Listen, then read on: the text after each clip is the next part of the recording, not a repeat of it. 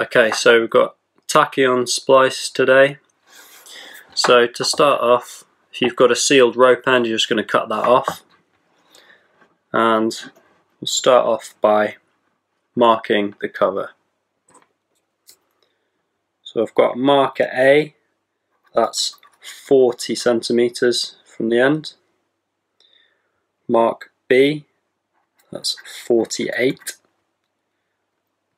Mark C, 63.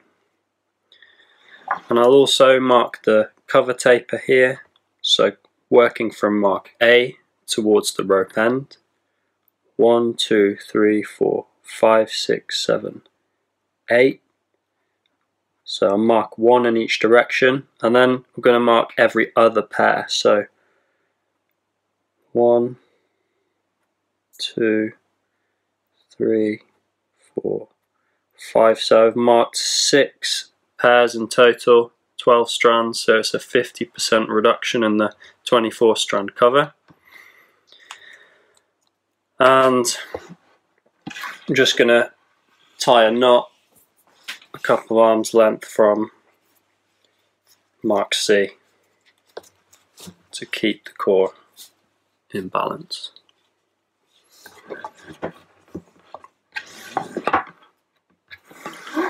So the next thing I'm going to do is remove the core at mark B, and I'm also going to mark the core at this point. So it's up to you if you want to remove the core first and then milk the slack back and mark it. I'm just going to mark here. I've popped my Selmafid in, and I'll just mark the core at the point there.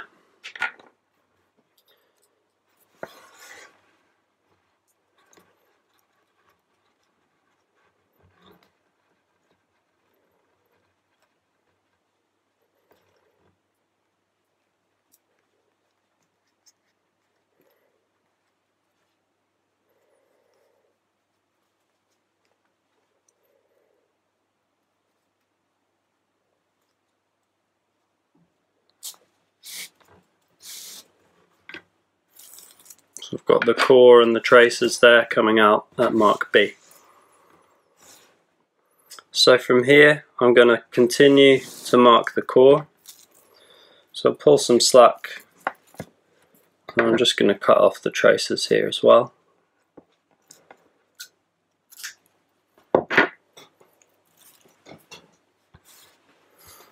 So we've got our mark here. I'm going to call that mark 1. So from mark 1, I'm going to measure away from the end 7 centimeters,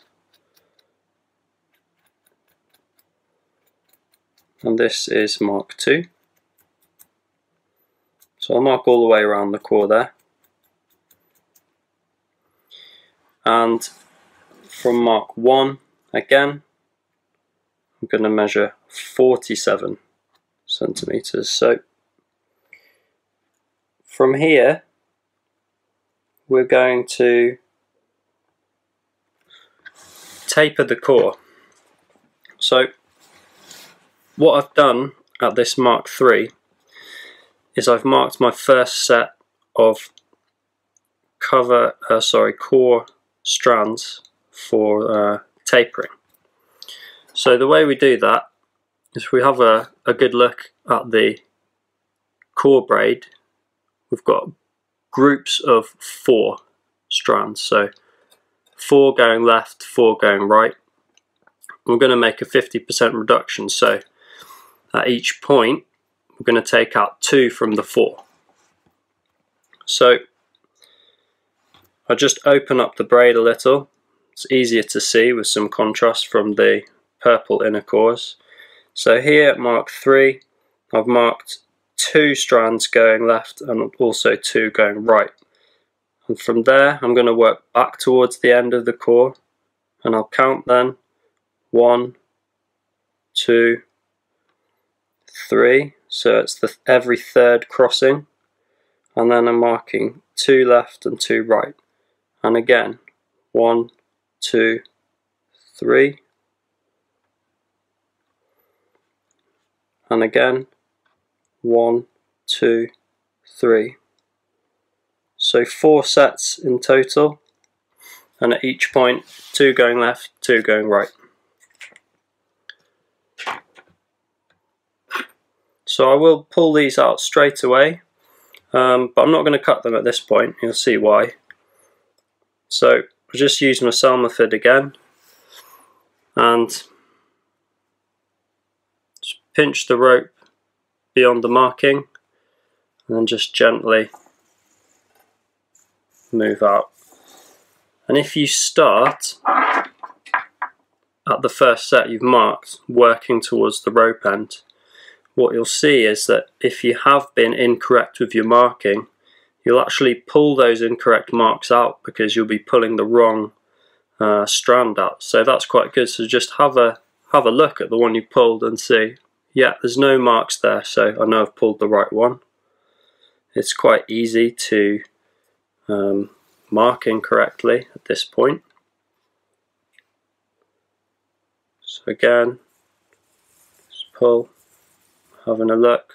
No, I haven't pulled any of my marks out.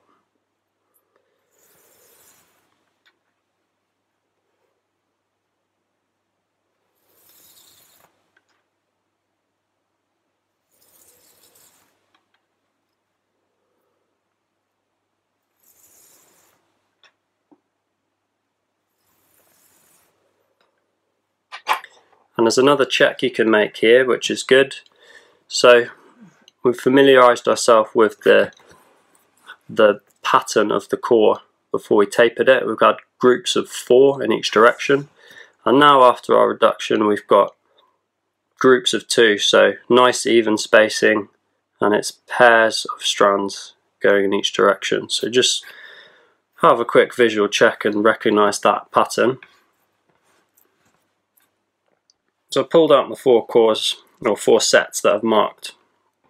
What I'll also do is from mark 3, just count 2 picks up towards the end. And here I'm going to pull out the 3 inner cores. And then just going to cut all of these off at leave about 10 centimeters or so. So that's to firstly just keep the workspace tidy, and we don't want to cut these off at the markings just yet because later when we're trying to work with the slack in the core there's a risk that we'll pull those cut ends out. So what I like to do now is to bury the core straight away, and then that's done.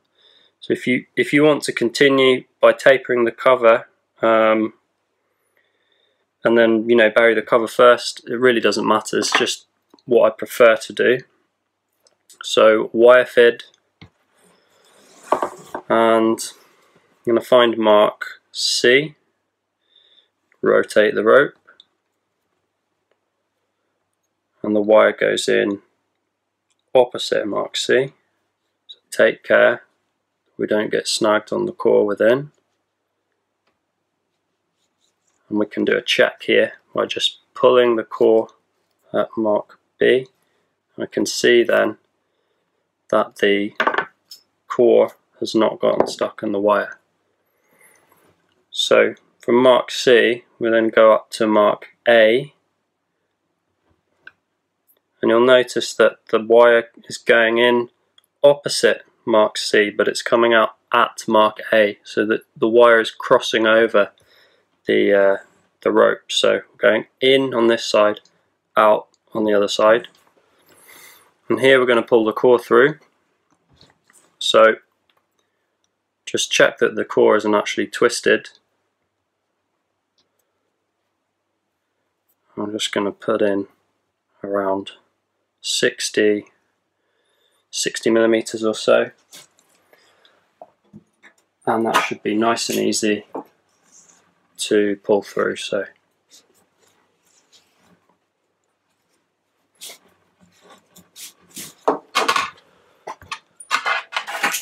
if you're having a lot of trouble pulling the core through there, then probably made a mistake, because it requires very little effort to pull that through. So I've started to form the eye really. now going to work with the cover end, taper that, and bury the cover back into the core. So what I like to do when I'm tapering the cover is to cut the strands first and then pull them. If you want to pull them first and cut them, it really doesn't matter, so I just work like this. Make sure that you cut all the way through the strand before you pull it.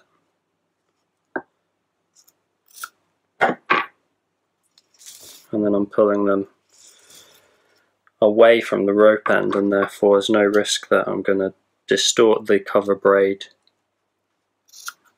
in the rest of the rope.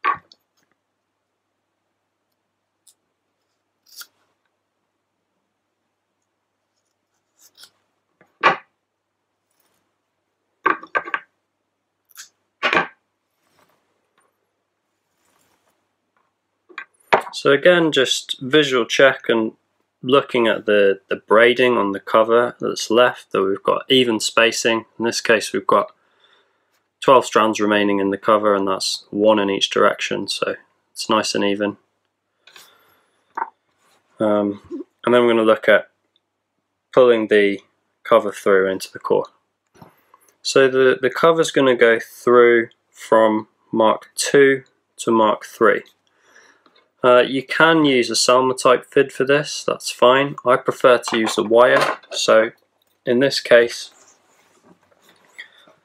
I'm going to start at Mark 3 and pull out at Mark 2 and then back.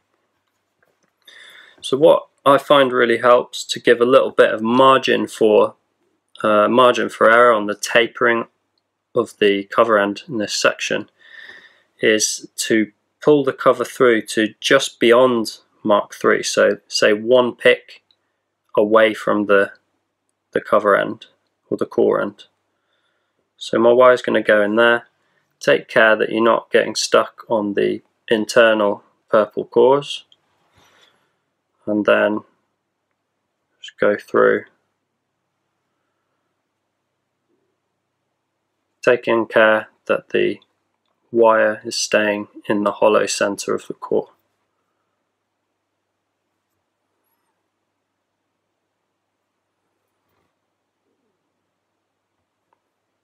And then when I get to my Mark 2, come out there. I'm just going to make a check then, visual check. Got a nice even distribution of fibers, so I can be sure the wire has stayed within the center. And again, just taking care that the cover end hasn't twisted. And so here you want to take a lot of care pulling this through. You don't even need to put the wire fid onto an anchor, in my opinion. So we don't want to distort the core braid here. It's very loosely braided now that we've reduced it. So take a lot of care just to pull through. Nice and gentle.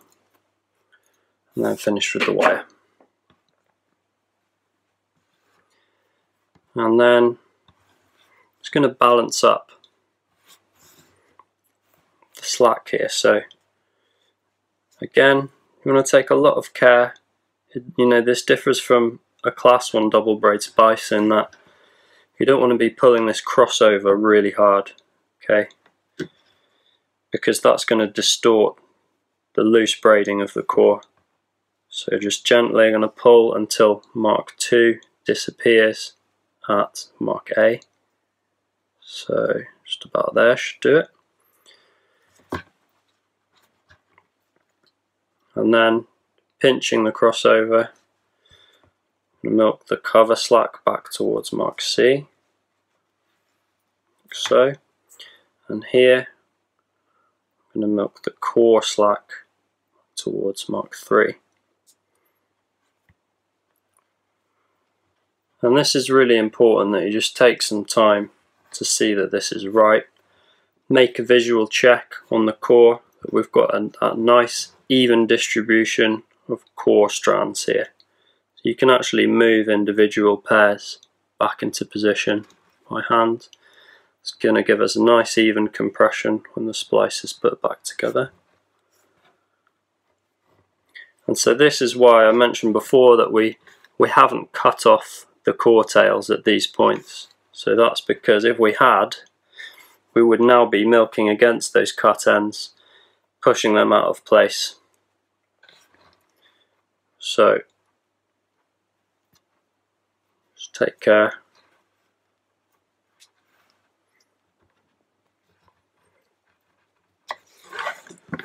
And then we can mark the cover at the exit point, which, as I said, is just beyond mark 3. So what we're aiming for with this step is a nice even transition and even diameter, consistent diameter within this section especially. So you definitely don't want to cut too much off the cover tail. So you might notice that there is no measurement included in the instruction for this cut, and that's to do with there can be quite a lot of variation between how much you cut off this tail. That's to do with how much slack we've milked on the core. So if you're very thorough with the milking of the slack, you're obviously going to get a slightly longer cut on the tail. So can be a few differences there, which is why the measurement's been excluded. But as I said, there's a bit of a tip to get this nice and smooth. We've taken the cover out just beyond mark 3, and so you're happy with the milking. We just pull that out, cut it off at the mark, and I'm going to give that a slight taper, 25-30 mil or so. That should give us a nice even transition there. There we go. And before I pull that in, I'm just going to take my 3 inner cores, so I'll pinch them at the mark. You don't have to make a measurement here. And just taper those for approximately 50 millimeters, so 3 cuts, like so. And then I can take a carabiner and just pull that back into place. So just make a check there that the cover tail actually disappears inside the rope.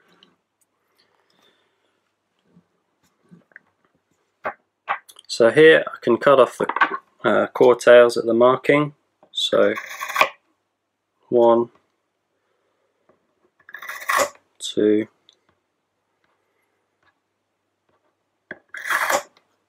3, 4, and then I'm going to bury the eye before we cut the and taper the core tail at mark C.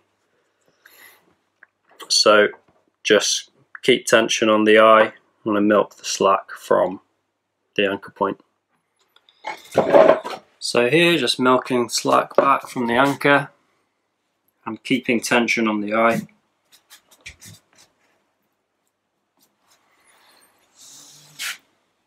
Should be nice and easy to get this in.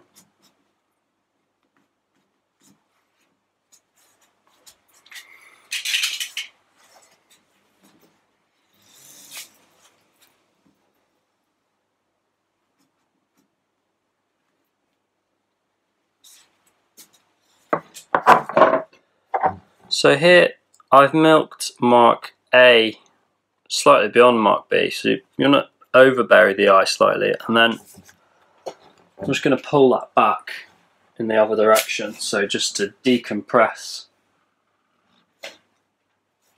all the fibres which have been pushed towards the eye. So just make a check that the eye is the correct size. So it wants to be nice and tight on the carabiner. We don't want the risk of any cross-loading. And just have a look that we've got a nice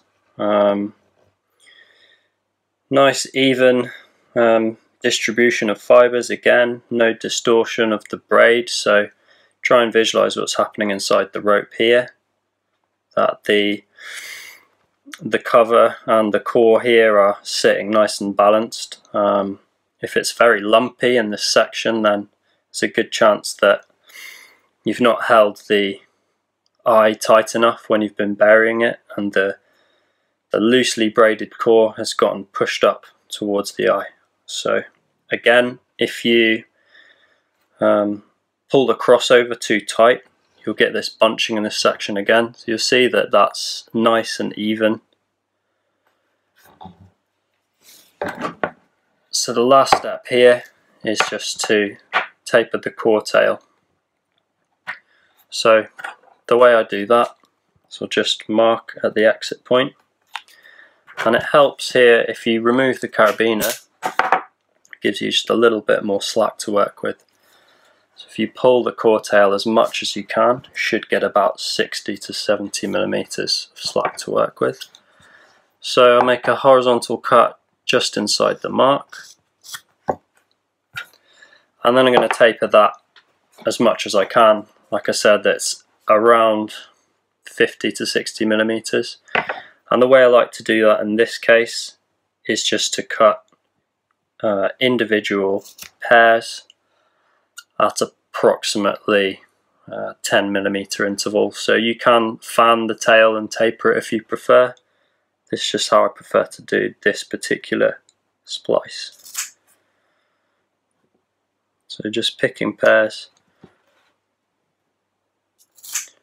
at roughly 1 centimeter intervals.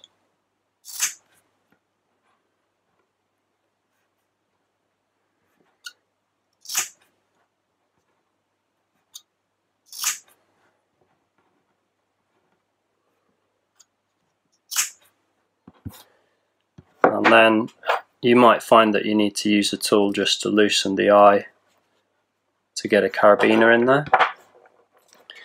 You might also find that your crossover starts to appear here at mark B, but you should be able to, normally you can just milk that back into position. So I'm just going to milk the slack now towards the eye and bury that exposed tail. So that's it. We can just make a visual check so we've got the correct size on the eye, that it's nice and tight on the carabiner. And then looking at the throat of the splice, nice even taper, no distorting of the braid. And then working down, you'll find that this section has a slightly smaller diameter than the original diameter of the rope. And then here, where our cover tail is buried, we want this crossing over this section by mark 3 to be as smooth as possible. So no necking or indentation in the diameter here. So that's nice and smooth. And of course, whipping 1 millimeter Dyneema twine, 1 centimeter whipping depth, and that should sit between 5 and 6 centimeters from mark B.